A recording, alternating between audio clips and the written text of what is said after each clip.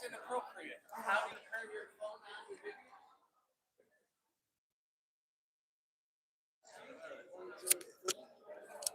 Four. Got it. We rolling? We ready? Good morning, everyone. I'm George Stars. Welcome to the first National TCA social media panel here in Jacksonville. And so it's sponsored by Trains. Thanks for everybody for coming out. And this kind of started back in York. Peachy and I got this idea together that this is a regular thing that happens in York. So we thought, let's try it at the convention. So rather than being folks from the Northeast, it's our Southern Division members and our members from down south. So having said all that, I get a microphone. So I'm just going to go from my right to left. So we have Garrett, Larkin Parr, who's from Jacksonville, Peachy from up in Georgia, Garrett Green, he's our Tampa, Caleb Easter, North Carolina. And so welcome, guys. And so what I'm going to do is I'm going to let them tell you who they are and a little bit about what they collect, and then we're going to jump into some questions. How's that? So we'll start with Larkin. All right. So, hey, everybody. My name is... You're going to have to yell because we don't have a yeah, that's just for my phone. All right. That mic, yeah. So, hey, everybody. My name is Larkin Parr. I go by Trains of Lark. I primarily do Instagram, and I primarily focus on the comedy aspect. So if you guys are on social media, you guys probably know me as the guy that goes, all right, more trains. And so I've called Jacksonville home since 2019, and I'm really happy to be here. Hey, everyone. I'm Peachy from Peachy's Trains. I'm from Georgia. I have been collecting trains since 2021, I think. Mostly O gauge, started recently into the scale, and very excited to be here. Good morning, everyone. My name is Garrett, better known as Ives Guy. I'm one of the classic stories of I loved trains as a kid, kind of got out of it when going through school, and a little over a year now I've gotten back into it, and it's been a lot of fun. I collect a lot of pre-war stuff as well as some modern stuff. And I was actually over at Larkin's yesterday, and I think he's selling me on some of the more modern stuff. So we'll see what I buy later at this convention. But exactly. But very excited to be here. Hey guys, I'm Caleb. I do a mix of all three scales. I do a O scale, N scale, and HO scale, and I model the Southern Railway. It's my home territory. But you can find me on YouTube and Instagram, and I got to go a little louder. Okay, sorry. Yeah, I do all three scales. I have a fun time. Sometimes I do comedy, but I mostly leave that to Lark. It's good to meet. Good to be here. Good to meet everybody. All right.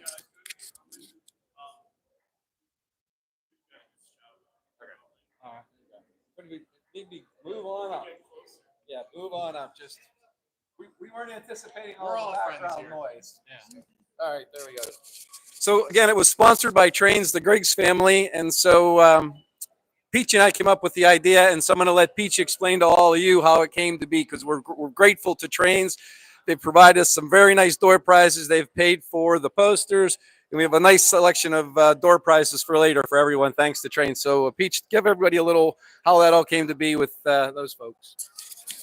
All right. So basically with Trains, I have a really good working relationship with them. So I actually reached out to Scott himself and said, hey, this is something that we're hoping to get together for national convention and see what we can do. And Scott was more than happy to. He was very excited to get something rolling for us and support some of our social media friends.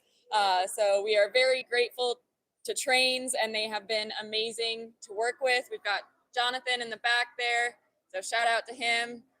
He's awesome, but he's helped a lot, and Lucy has helped a lot as well. So we're very, very grateful that Trains was so willing to work with us and help support the hobby.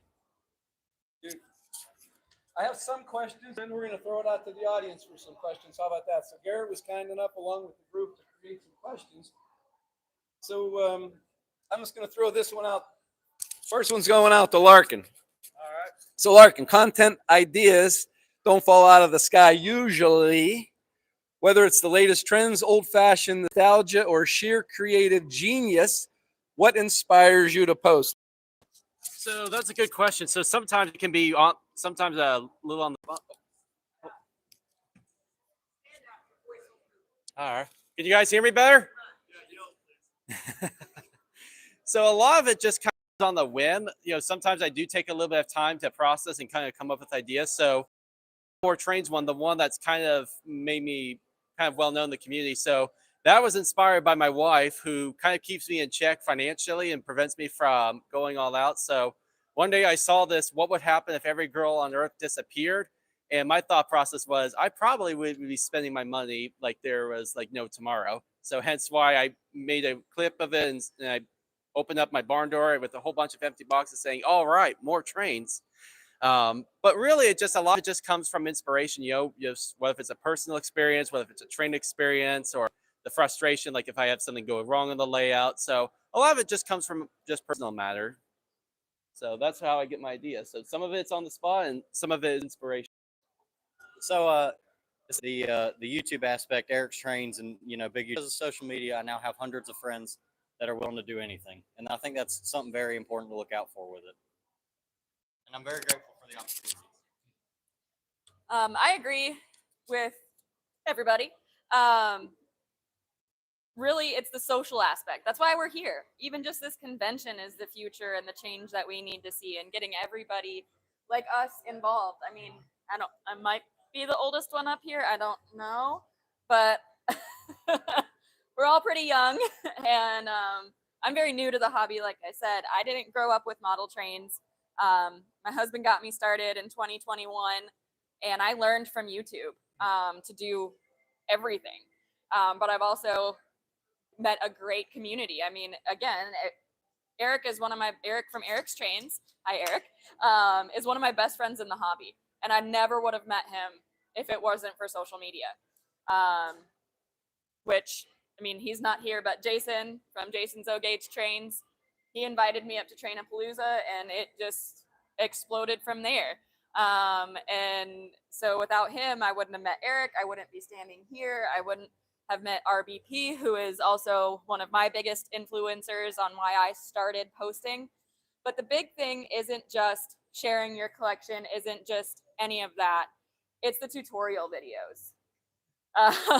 And just getting together at your local clubs and anything like that, and reaching out to the next generation, or if you're our generation, reaching out to the older generation for that advice, for that stuff, because I learned how to build a mountain thanks to YouTube. Just things like that.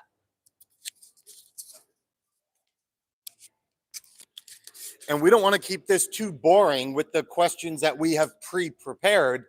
How about you guys? We want to hear from you. Do any of you have a question? Jimmy. Now, Jimmy, you got to use your outside voice so we can all hear you and it can get picked up on video. I got a question for the YouTubers. I have a YouTube channel, but it's not great. But I know that you have to put a lot of effort into it, a lot of B-roll, all that stuff. What would you say average is for like one of your longer videos of time that you spent to create that video? Our videographer. Caleb's on video, guys. Yeah. He definitely is, all his gear is Caleb's. So I run my own video business. I do it full time, but it all depends on the type of video. If it's a fun vlog video, kind of like what I'm actually going to be filming for this, it takes me, maybe 2 days. That includes filming and editing. But for some of the more cinematic projects, I'll be like fully script writing, storyboarding. It could be upwards of a week. I did an ad for trains.com a while ago. It was a Christmas ad, and I think that one took almost 2 weeks because I made sure every shot was meticulously planned. But it did fantastic at the end of it. So it all just kind of depends on the video you're doing. And, and there's nothing wrong keeping things simple with it too. Some of my best videos is literally just me walking around the layout with my camera, one continuous shot, and it'll get 10,000 views. So yeah, it just depends on the project. So I'm on the other side of this. I'm probably one of the quickest turnarounds. Most people don't know this, but if you were at Fall York and you saw anything from Fall York, my husband and I are actually a team. So he does my scripts and he does my B-roll. And then I do my own filming on my side of things, and I edit everything together.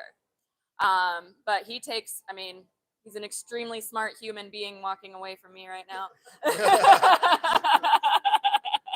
But he doesn't, it takes him maybe 20 minutes to throw a script together.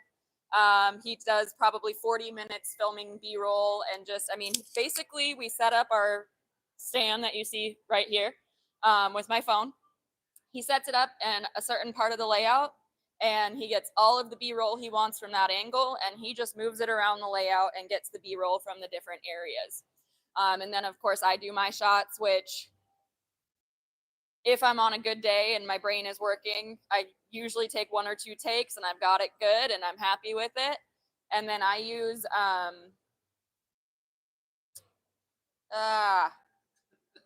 editing software. No. DaVinci, thank you. I use DaVinci editing software. It's very user friendly after you play around with it for a while, but it takes me probably, if it's a short video, maybe 30 minutes to edit it together. If it's a longer video, it can take an hour or 2. But I typically like to sit down and knock it all out at once. So pretty much when I do a video, I have it shot, edited, and ready to go in a day. Jump on that too. And I think another thing you have to keep in mind is you don't need like $10,000 worth of like cameras, editing equipment. Sorry, Caleb. And you don't need like a whole studio to produce this kind of things. Like everything I do, well, most of the things I do is just on my phone here. If I'm doing a longer form video, I'll use Premiere Pro on my MacBook. But like, don't let that barrier hold you back from getting into producing things. Again, YouTube tutorials can teach you how to do a lot and like how, certain angles or like camera movements and stuff. Well, all the resources are out there, so don't let that hurdle deter you from producing content. I'm gonna jump back on that. Yeah, he's right. I literally use my phone for all my videos, and that stand was $30 on Amazon. It has a shutter attachment to it, so I can turn on and off the camera when I'm recording. And this thing was $20 on Amazon. And this is the mic I use when I'm recording. So everything that you see with me today that's what I use to record my videos.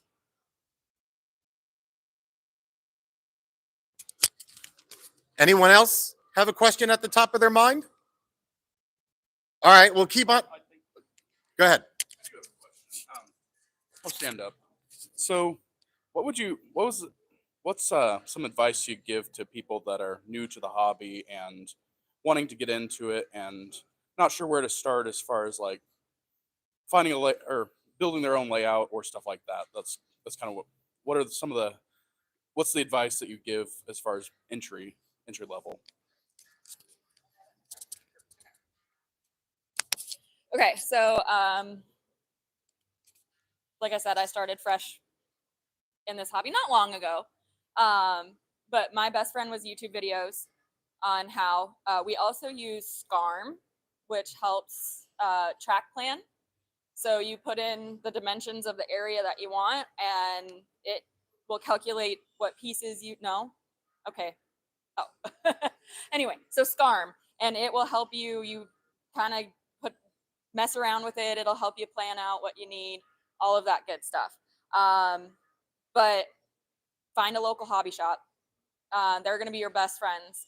So for me, it's Legacy Station, which is great because Legacy Station is amazing, and Brian and Val are amazing humans, and they have fast track and all of that stuff. But as Ives guy here can tell you, even just starting on the floor, then that's honestly how we started too. We put a track plan on the floor and worked out some of the kinks, and then we built the table and did the scenery and all of that stuff. But you will quickly find out that this hobby encompasses several other things like carpentry and electrical and creative artistic stuff. So definitely don't be afraid to reach out to people around you. And like I said, social media was my best friend trying to figure out how to do it. Okay, cool. Yeah, no, exactly what Peachy was saying. I was started out on literally on the floor in the spare bedroom in my home, and in the middle of a move right now. So be looking out on YouTube. I'm gonna start my bench work and building everything. But sorry, I just lost my train of thought. But like when you're building a layout, it's try to incorporate, keep it simple, but then like, okay, I'm going to add a passing siding here, or if when it comes to scenery, try to use things that you know from real life. I think Caleb and I were talking about pulling things that you know from like maybe a line that's near your house, like a station or something. Like try to pull inspiration from that to then you have to also consider like the size of your layout and the space. I'm sorry, I'm losing my train of thought right now. Caleb, do you wanna hop in on this? There's no right or wrong way to do stuff. There's all sorts of layouts. One of the ones that stands out the most to me is Ben's Trains. He built a layout on the floor with scenery, and it's awesome because there's no wrong or right way to build a layout. If you don't want to do bench work, just build it on the floor. And then I cannot stress enough Woodland Scenics tutorial videos. They are fantastic. Almost everything I've learned about scenery has been from them, and they make it really easy to understand and follow. Their products are a little more expensive than doing it yourself, but highly suggest them and recommend watching their stuff if you're wanting to do scenery. So. Well, the first thing I would ask, like if someone that really wants to get into the hobby is, so the first thing I wanted to know about them is like, what do you want to do? Like do you want to do you want to build like something big or go big or go home? Or do you want to create nostalgia? Did you grow up with I Love Toy Trains? And then from there, you can start thinking, like what, when you think of that, what comes to mind? Like, do you want to like recreate like your childhood, like going up to the station, seeing like the new diesel locomotives at the time, which were like the next big thing? Do you want to recreate something that you saw from I Love Toy Trains? Like for me, like I was a sucker for the Texas Special set because I watched it so much on I Love Toy Trains. So when I finally got my hands on it, I ran that thing to death and still runs beautifully, but it's nice. I feel like I'm an 8-year-old kid again. But the other thing I want to ask is, so what do you want to do? Like, do you want to go big? Do you want to do something small? Do you want to do the floor? And the other thing too, I don't think anyone's really mentioned it, is take your time, be patient with it, because I'm losing my train of thought. Sorry, it's running off the rails here. But it's just a matter of, what is your story? What do you want to do? Take your time. Don't be afraid to learn stuff slowly. Like, what if it's learning how to repair a locomotive? Because I probably know a few people that are in here that probably can say that customizing or repairing stuff, it can take a little bit of time. But as time goes along and as your ideas continue to grow, you'll start getting a better understanding in terms of what you want to do. And the other thing I want to say is, like, if you're wanting to be a social media aspect of it, like, what's your niche? Like, do you want to do product reviews? Do you want to do comedy? Or do you want to do like a live stream? Kind of like what Ben of Ben's Trains does every Tuesday night. So it's like really just try to figure out, what's inspiring you, like what's making you want to get started, and then embrace that image and then just build from there. And don't be afraid to, have frustrating moments, where you're like, why is this not working? Trust me, as time goes on, it gets more rewarding as you grow. I'll add one more thing to that. Don't be afraid to start over. Yeah. And like, as you learn stuff, as you're doing stuff, your layout changes. So we started our first layout. We had it for 8 months, decided we needed it bigger, and tore it down and started a whole new layout. And it sucks to have to start over, but every time you build a layout, you learn something different and you have already ideas for your next layout. So I have ideas for the next one eventually down the road. Thank you. I want to touch on something that Peachy said, because she talked about having a local dealer, a local train shop to go to. Super, super important. Might you pay a few bucks more for your item there? Yeah, you might, but there's a value to that cost. But as we all know, we don't all have local dealers. So if you do want a train from a big online resource, the biggest one is probably trains.com, trains with a Z. I want to see everybody who has ever purchased something from Trains online, in person, at York or a show, put your hand up. Okay. I didn't expect everybody to put their hand up, but the reach of trains.com is a little bit more broad than I actually thought. But thanks to trains.com for sponsoring this event. As we all know, Trains has a huge inventory of items, some things that you rarely come across in your local hobby shop, which leads into our next question. We all have that one item that would be the centerpiece of our collection. Assume you just hit the lottery or the perfect deal presented itself. What is your white whale train?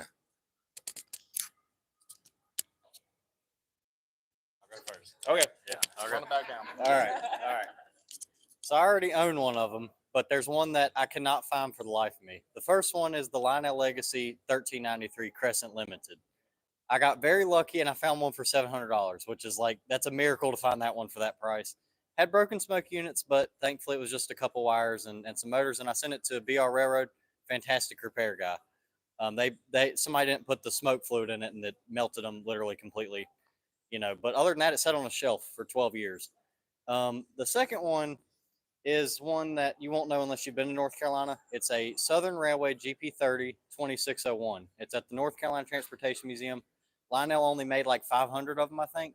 And they are so hard to find them. When you do find them, you better be prepared to pay $1,200 for a legacy diesel. It's insane. I have not been able to locate one for 5 years now. So that's my white whale item right there.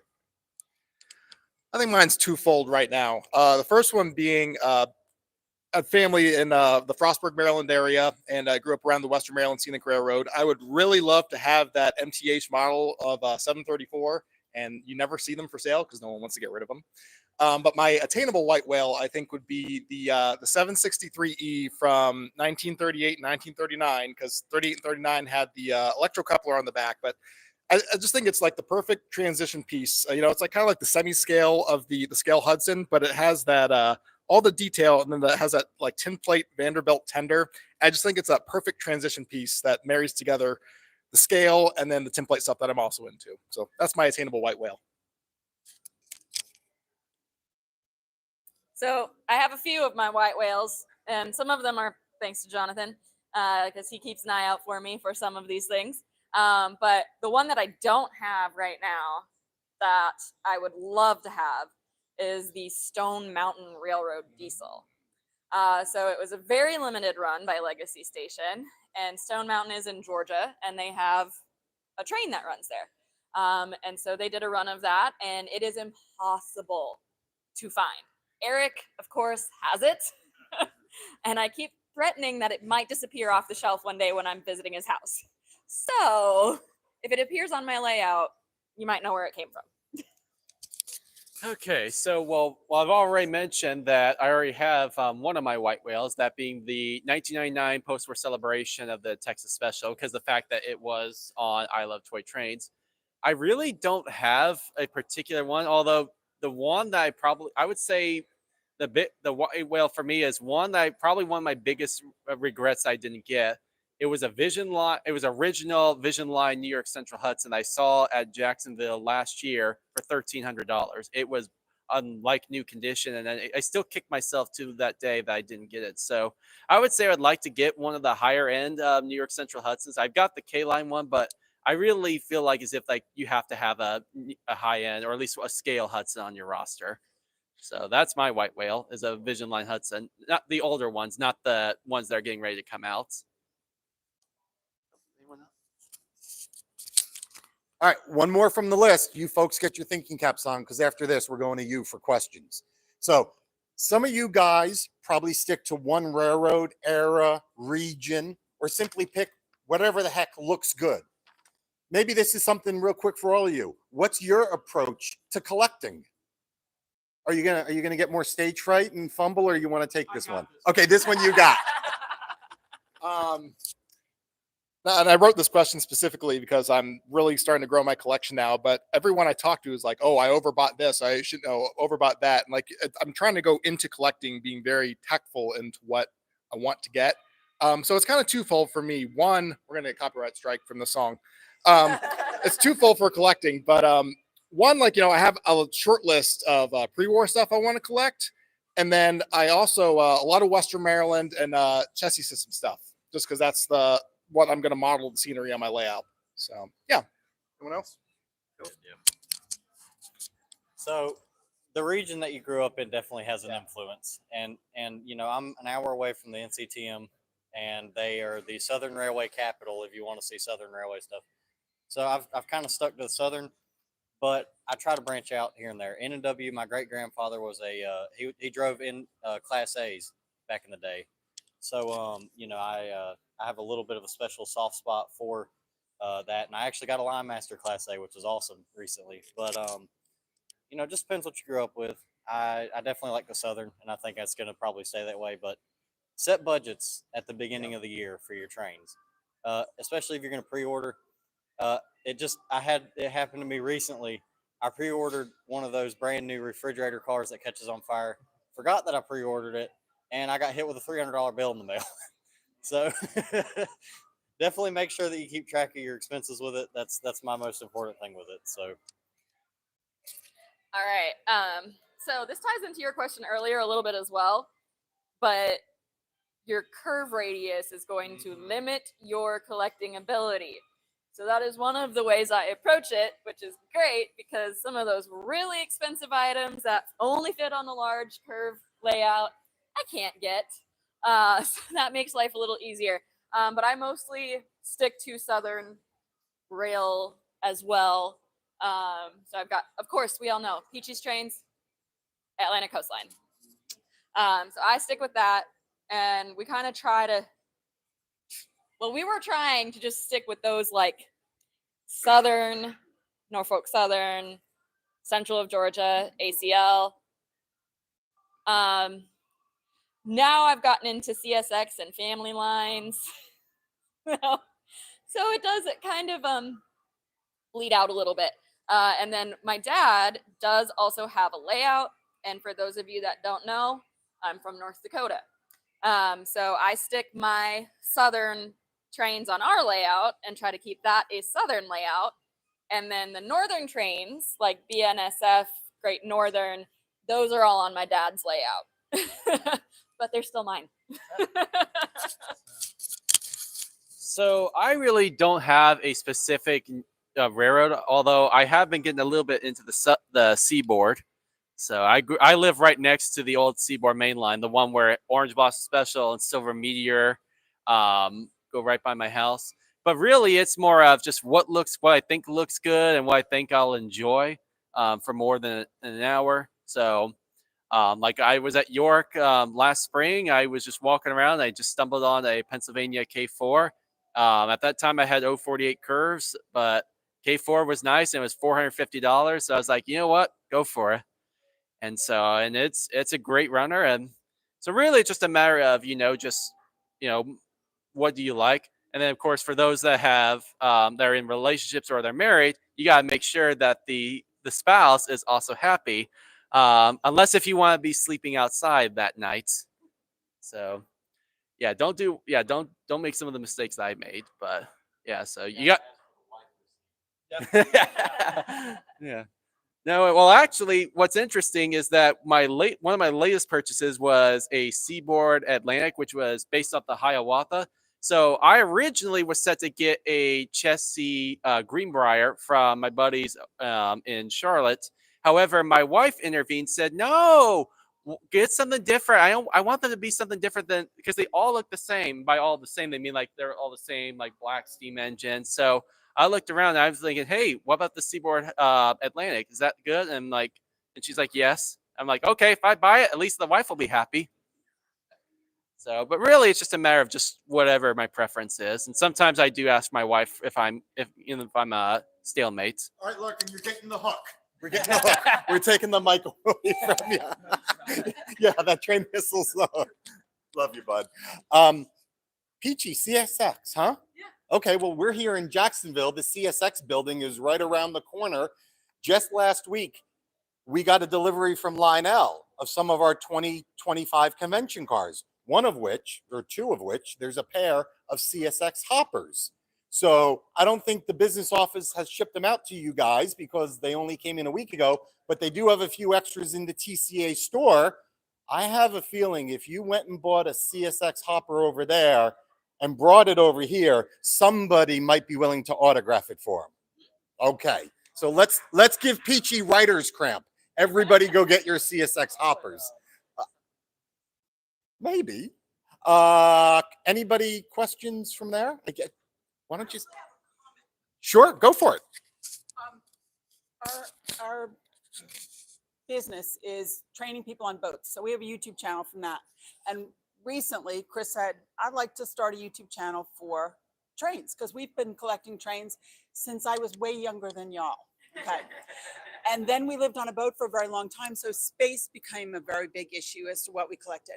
And then we moved back onto a dirt house, back on land again. And it can grow to the size of the fishbowl. So you have to be careful with that. But my comment is, we have to look constantly at our analytics and look at what age groups are, for our business. Okay. And our business is more of a retirement thing. People buy a boat as they get closer to retirement age and we train them.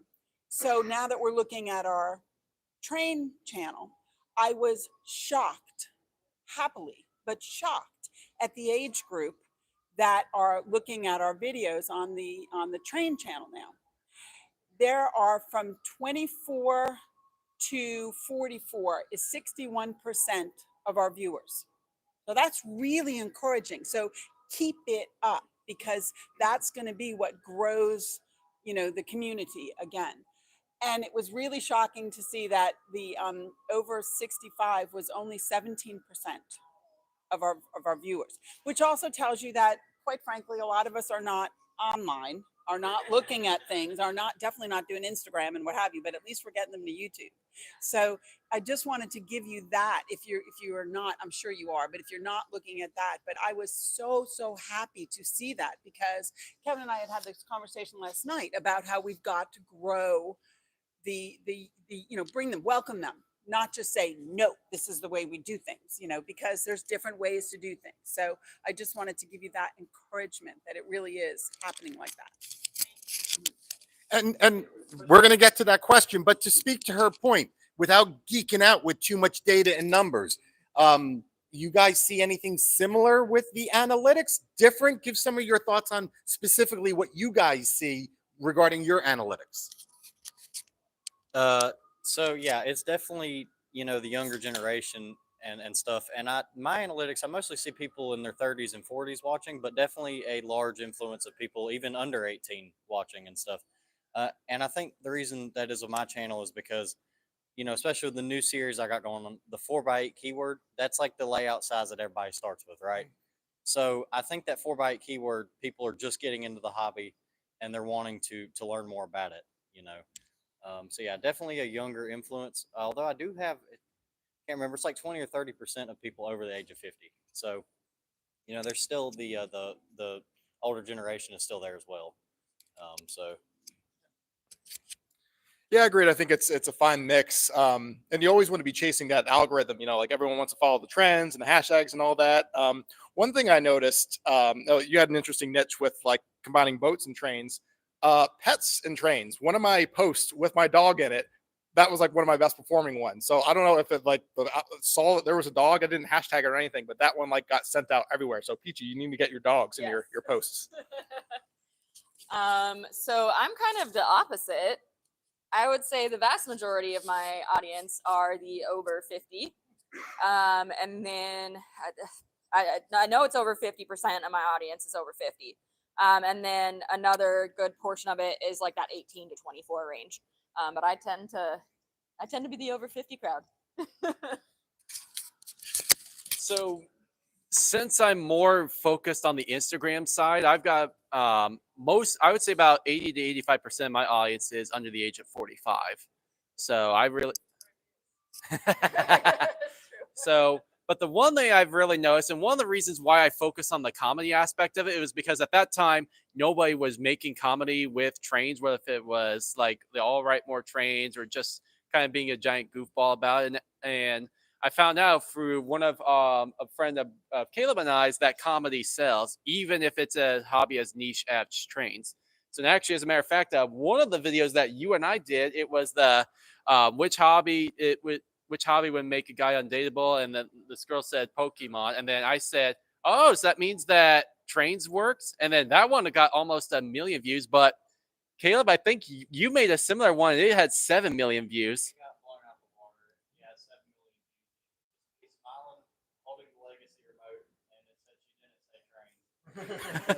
And so, and then that caused you to blow up. I mean, if you get a hit, even on something as simple as Instagram, it can really drive up like your audience. I went from like 1,000 in June of 2023 to 8,000 2 years later. So it's really just finding your niche and then just running with it, and then your audience. Then once you learn your audience, you can actually cater to that a little bit better. And we had a question over here. For any one of you, if you were in control of MTH, Lionel, Atlas, any of the major manufacturers, based on the operating systems today, DCS, TMCC, Legacy, what would you do for the future? Would you possibly look at virtual reality?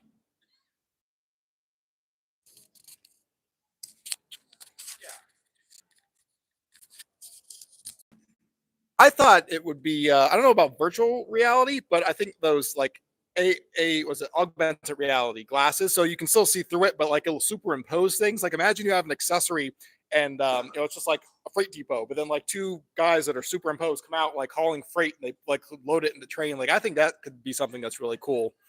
But as far as you're talking about different manufacturers, I'm kind of hoping O-Gauge gets really big in the European Union, so they force them to have one control system, because it's hard to, if you have not TMCC, Legacy or DCS, it's hard to jump between both. But yeah, anyone else want to jump on that? So there are some things that are close to that now in other scales, in HO scale. The proto throttle, I forgot that exists. It's like a train controller, but it looks like a little diesel control stand. And you can actually, you program the locomotives to it and you can control it just like a real diesel. And then somebody took that and ran it even farther. Forgot the name of it on YouTube. They built a life-size F-unit cab and put a camera in their HO scale diesel and made the entire cab work like a real train. So, it'd be awesome. I don't even want to know how much it costs, but if somebody made something like that, and then in train games it exists as well. So the Rail Driver came out a while ago for Train Sim, and it's a recreation of a diesel control panel that works with the game. It'd be awesome if companies, started making stuff like that. Even if it's not necessarily putting on the virtual reality goggles, just having real controls from a diesel or a steam engine like that would be a game changer. I always thought it'd be an interesting idea to make a system for, how legacy remotes have the quilling whistle feature, making some sort of system where you pull down a cord and it pushes down on that, and you can quill whistles with an actual whistle cord. Would be an interesting idea, but yeah, something like that. People say the younger generation, like they love screens, but I think there's a big missed opportunity for having some kind of tactile control, whether it be a control panel or something where you can like pull and like, give me more knobs. I'm done with screens. I want like knobs and buttons.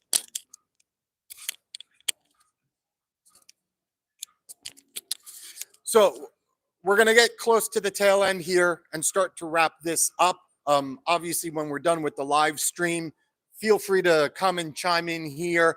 We got one or two pre-prepared questions to wrap this up. We got one out of the box question that you guys don't know about yet. So, so this script out the window. But before we do that, Captain. A few questions. One, how long of a video is smartest or best? Less than 5, 5 to 10, 10 to 20, or longer? Just give me a number. So, see if I'm right. So for YouTube, I think they want at least 15 15 minutes. minutes. Better on Instagram, under 60 seconds. Okay, Instagram is instant, less than a minute. So, I think it's more short form. People are just scrolling through. They're not shorter attention spans. Okay. Also, I'm a YouTube guy. We dropped off of Facebook. What about search engine optimizers? What SEOs are more popular to gain traffic? Okay. Okay. Before you answer that, last one is playlist. How many people have playlists? One. I'm saying I've got a playlist of real trains, toy trains, movable bridges. So they're different. You can focus on. Okay. Here you go. Thanks, Captain Chris. And Caleb, search engine optimization. Before you talk about that, explain what it is for everybody. So essentially, SEO is the back burner of stuff that nobody actually sees on a post. It's very important with Facebook and Instagram and YouTube. It's like keywords, tags, what the thumbnail looks like. It's all the stuff that's actually driving that algorithm. And the most important thing I can't stress enough is keywords. More than hashtags, more than anything else, keywords. If people are looking for, Lionel, make sure you have Lionel somewhere in there. They're looking for MTH, make sure you have MTH somewhere in there. And you can put that in the hashtags too. But, I add my sweet spot is about 13 different keywords in the description of a video, and it gets the most hits that way. And a lot of this I did marketing at a carport company for 3 years, and we had to go through this kind of training with that. And then on Instagram and stuff, you have the ability to add tags, and never skip the tags section. It is the most important part of any post on Instagram or Facebook, in my opinion. So, yeah. And I do the playlists on my YouTube. I'm mostly on YouTube. I dabble in Instagram. But yeah, I definitely make use of the playlists, and I think that helps a lot too. But even on YouTube, using the tags and stuff like that, I feel the more that you use, the better people can find you.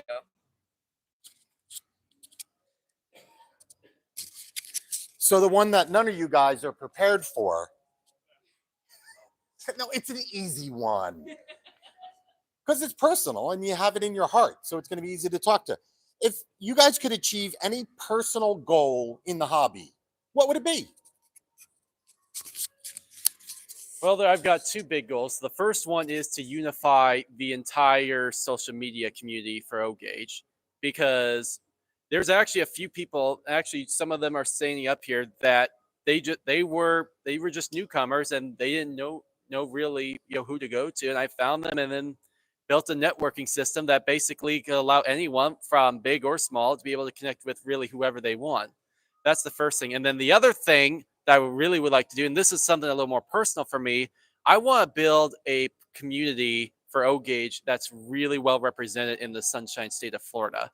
I have seen so many opportunities and so many things that have been so untapped in this state that I really want to be the leader or the one that really helps bring Florida market into the mainstream in all of the railroading communities. I really would like to see something that's on par with something that you see in like the Eastern Division or the Mecca Division. I think that there's a lot of untapped potential, and I think that there's something really special here that I don't think anyone has really taken the time to notice. Oh my goodness, there's something really good here.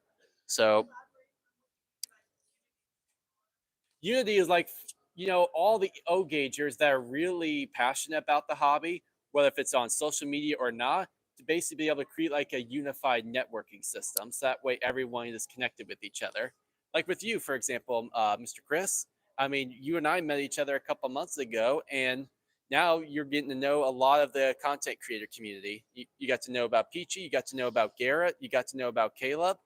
And so it's just, that's really what I want to do, is anyone that really wants to get involved in this hobby, I want to help connect with them and help them really reach out to whoever they want to.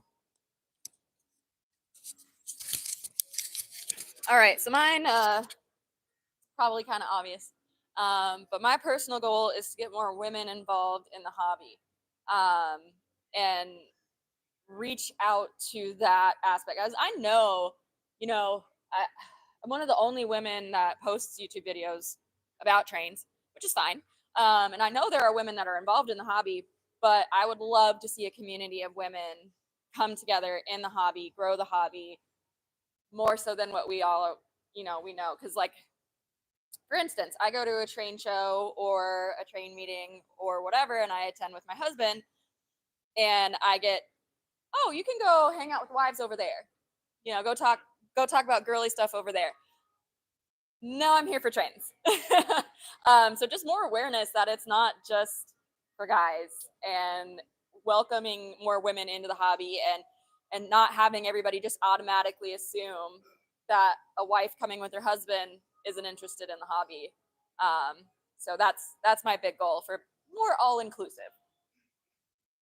I think my biggest thing, and let me preface this, I really appreciate highly detailed layout and scale and accuracy, and if you count rivets, more power to you. But I really want to carry on as I'm a huge history nerd too, but like the history of the pre-war stuff, and like it's one thing to have, okay, this is a train that ran on the New York Central in the 1920s. This is like super detailed, super accurate. This is a model train from the 1920s. Like it survived all those years, and it's still here. So I really want to take on the mantle of pre-war and that history, and keep it going and tell people about it. Yeah, exactly. That's Ives guy. Yep. Bill? Mine's a little more simple. I'd like to get married and not get killed for buying trains. That's the first goal. So always ask for the wife receipt. They'll print you out one, I swear. But I think my goal is just, more community outreach. There's a lot of people that just have no idea the fantastic friends that they'll be able to make in this community if they just, actually go up and talk to people. And that's one other thing. Don't ever be scared to talk to anybody. We're not all sitting on a throne, I promise. But yeah, my personal goal is just to, honestly just grow old with the hobby. I don't really have one. Just keep collecting Southern. And scenery. Yeah, scenery, definitely. We've just got Al. Go ahead. Larkin, do you think modular railroading would be the way to go to grow the community in Florida? I think so. One of the things I hear a lot about is there's no basement in Florida. And while yes, it is a very true statement, in reality, that's not everything about it. People will get creative for it. Like with me, for example, I have a 12 by 28 foot barn in my backyard that's specifically customized for the trains that I have. And because when I got my collection back from my childhood home in 2020, I realized, oh snap, this collection is too big for anywhere in this small house. So then one day my wife decided, you know what, let's get a barn. And we did that. Took about 2 years of planning for it, and then found my layout on Facebook Marketplace of all things for $550. So I ended up acquiring it, and then I built the barn and I customized it. Of course, you gotta have AC, because if you don't, people are gonna question what are you doing with your life in Florida. And then I've just run with it ever since. But to answer your question directly, I think modular layout is an absolutely great way to go. I think if modular layouts were a lot more, I think if people realize how simple it does with a modular layout, you can really get the best of both worlds. You can get opportunity to customize it however you want, and you don't have to worry about, taking up a whole lot of room. And plus, too, if you decide you want to show it off or take it to a train show, you can absolutely do that too. May have some logistics, or you may have to rent a truck, but still, being able to take your layout on the go is absolutely a huge plus. Sure. Got another one back there, and then we'll be up here.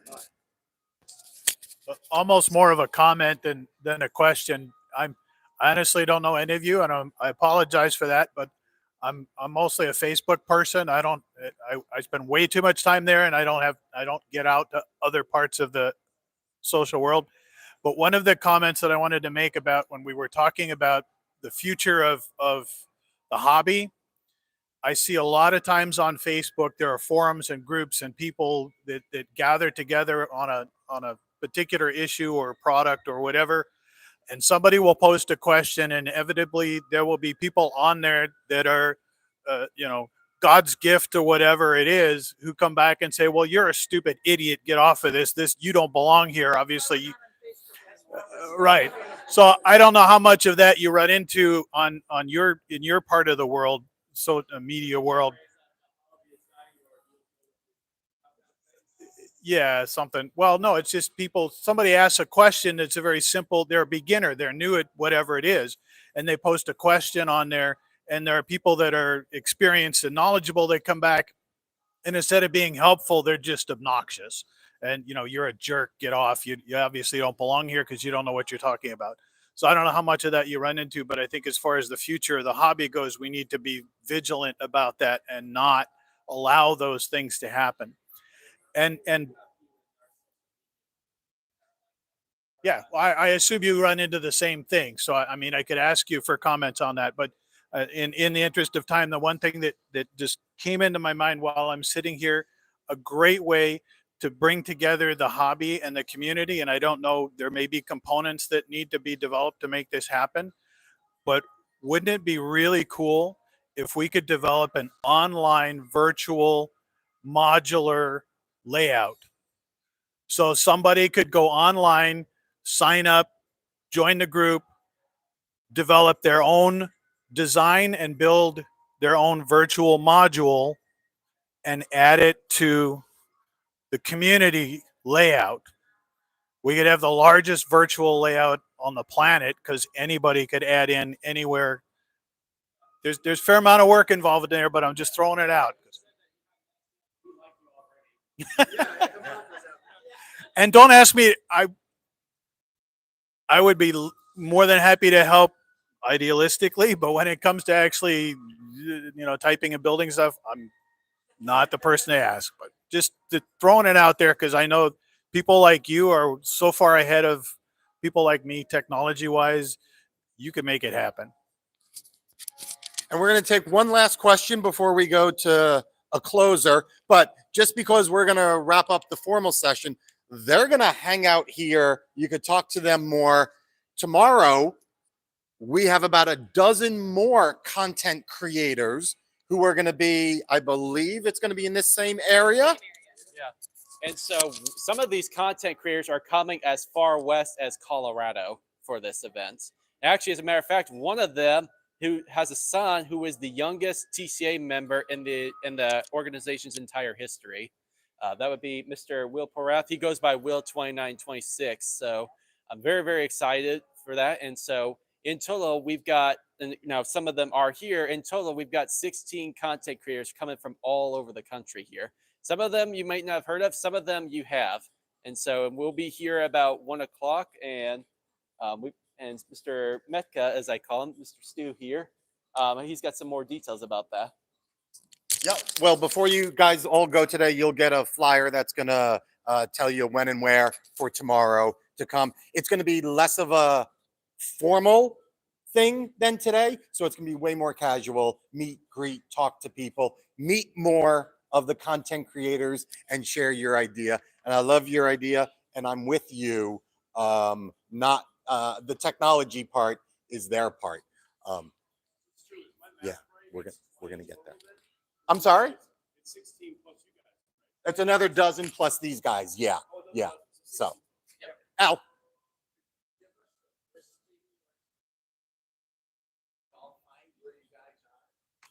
Larkin, you're gonna put that together after this event and you're gonna post it all over the place if you don't have it already. We assigned to you. So our last question, and then we're gonna have some closing remarks, and then you guys are gonna have to go home with some door prizes. Trains.com has donated a lot of stuff. TCA has donated some stuff, but we're gonna get there. So our last closer question: how can we encourage more people to get involved in the model train hobby? What can we do to make it more accessible and appealing to a wider audience?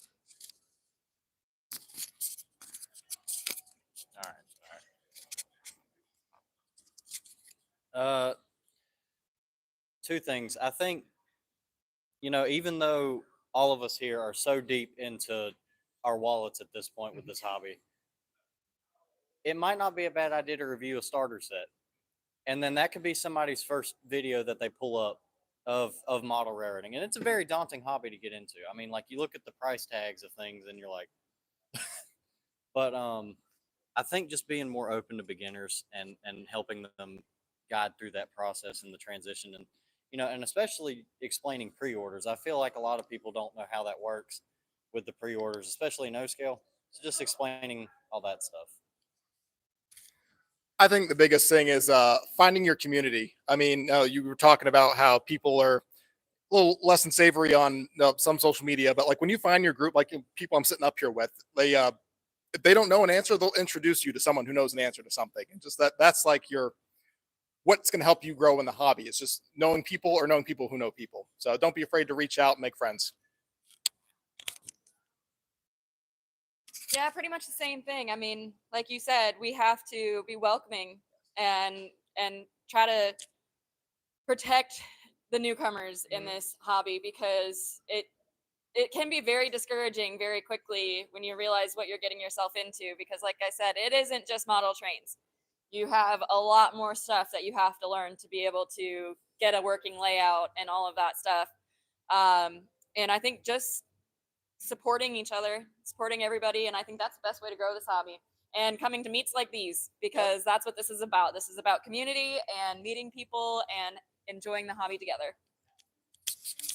So one of the things I like to try and do is, like, if I do encounter someone that's new, I do try to get to know them a little bit and just, interact with them, learn what they want to do, and help them out, get them connected with whoever they want. I kind of touched a little bit on it earlier today, like when I said that, hey, I want to try to create like a networking platform. I do want to get to know those people and just learn, what do they want to accomplish. So really, I think one of the best things to do is, anyone that's new, I try to get to know them and then try to learn more about them and then introduce them to other people. And before we get Captain Chris. I have a different opinion. Oh. You can go to a squat meet. You ever heard anybody talk about a squat meet? You have one in the marketplace tomorrow. You can walk away with an operating set for $100. Yes, if people are using a big dollar word, it's not expensive. Yeah. A starter set, you brought that up. Put it under the Christmas tree. It gets bigger. The dad, the old black and white movies, the dad's over the pipe, the Christmas tree, grow, grow, grow. And then it gets put in the closet for about 15 years. And then comes back from college. He gets married. He puts it under the Christmas tree. Grow, grow, grow. So it's not expensive. How much do tennis shoes cost now? How much does the starter set cost? And the piggyback off of what you had said too is, most people, when they see like a train set like in a catalog or on the website, some of them may get intimidated by that price. But as you said, it's really about paying attention and paying attention for the right deals at the right time, going to swap meets, or in this case here, someone that's probably blown up my wallet more than anyone else. I'm looking at you guys back there, trains.com. Just pay attention for it. And like I said too, be patient. Like if there's something that you really want, but the price just isn't sitting well with you, be patient with it, because I think eventually that price will work out. I mean, like I said before, there was actually someone at the York Train Show, which that's a death blow to your bank account if you guys ever go to it. Someone came out of there with a Baltimore and Ohio 2884 DMCC, sounds, works perfectly, for $300. That's $1,000 plus value type engine. A big articulated $300. But we're still talking money. Let's talk about the fun. Absolutely. You can buy $100 set, TCA swap meet, see running layouts, see all this stuff, buying stuff. Track, which two-dealer track costs now? $1 a stick? Yeah, even that. We give it away. So I can go home with some little butt shining up and then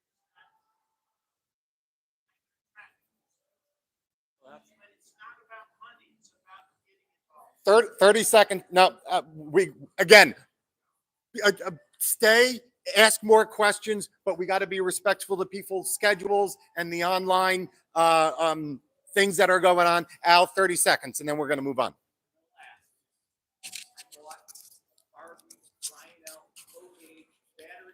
Yes.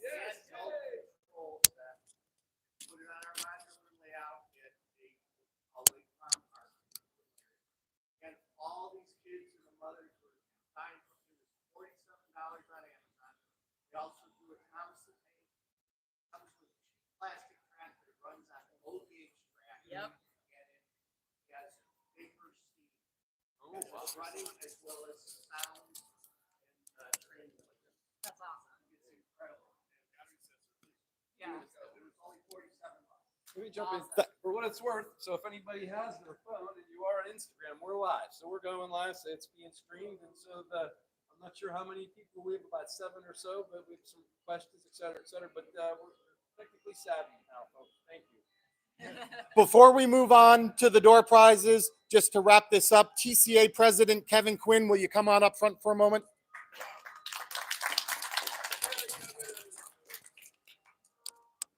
Thank you, Stu.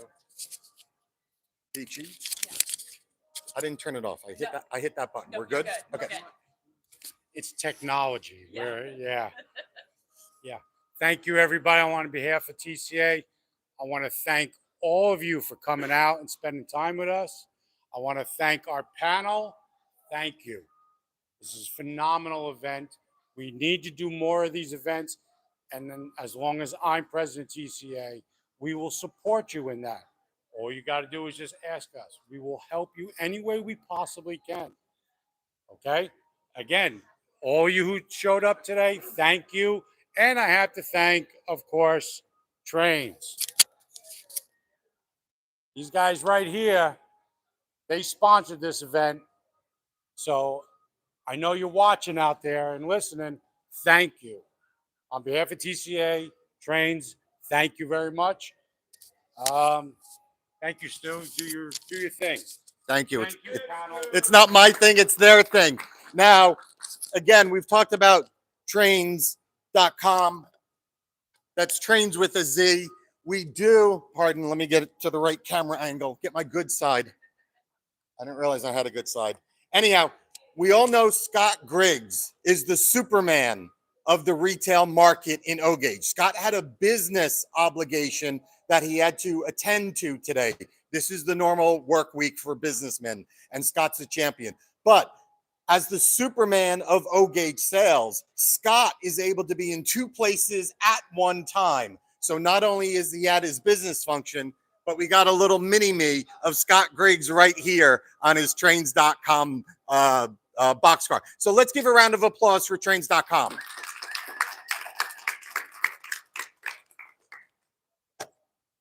Scott's going to take a nap. We're laying him down.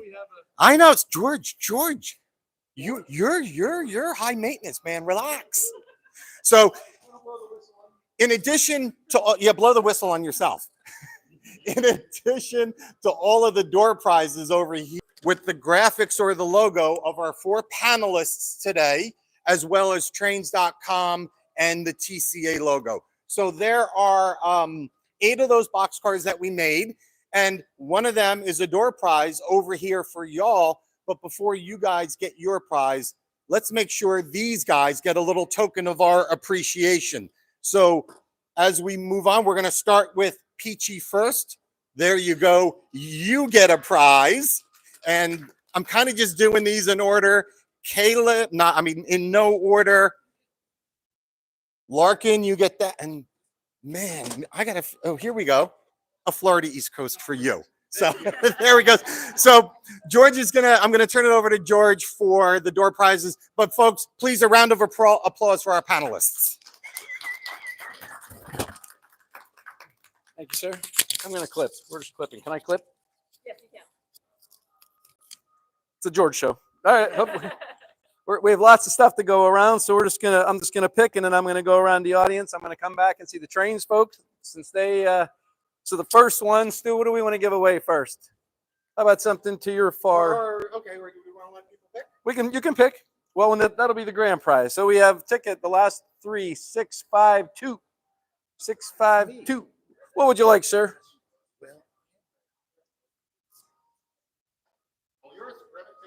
There you go. All right. Moving right along. Next one, we got 654.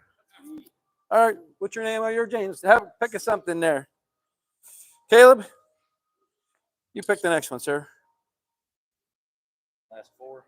Last 4, we got a 2657. 657. 657. What would you like, my good sir?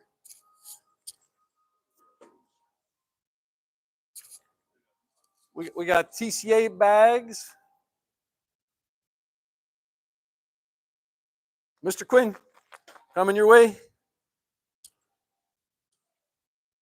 What you got? 653. Congrats. Right. Garrett, pick us a little something, something. Let's see. Mark it at. That's a winner. Mark it at. Tear it in half. Let's do 2662. There you go. Hey, congratulations. To the peach. What you got? 658. 658.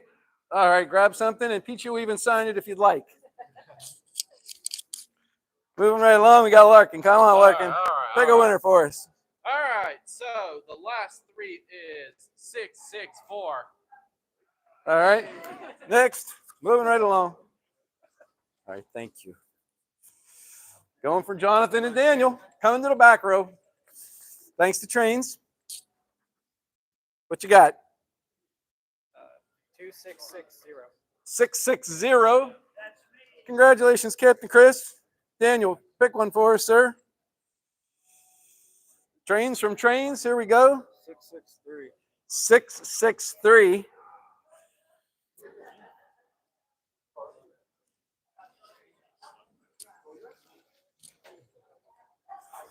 Mr. Quinn.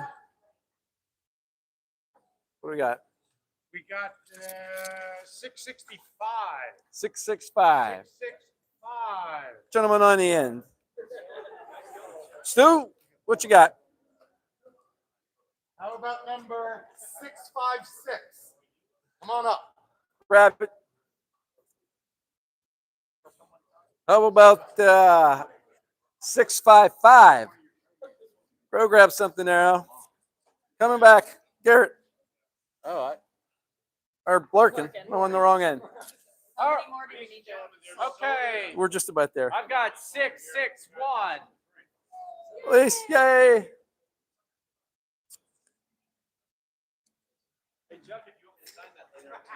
Are we good? This is all one gift. Yeah. There you go. That's the final. Can you do a shirt? All right, here, and that's the bag. All right, we still have a couple Trains shirts. What size do we have? A medium. Is there anybody here that fits in a medium? Perfect. Yay! Nice. And we have a Trains shirt, large. Someone for a Darren. Large. I got a large. Coming at you, my good sir. Oh.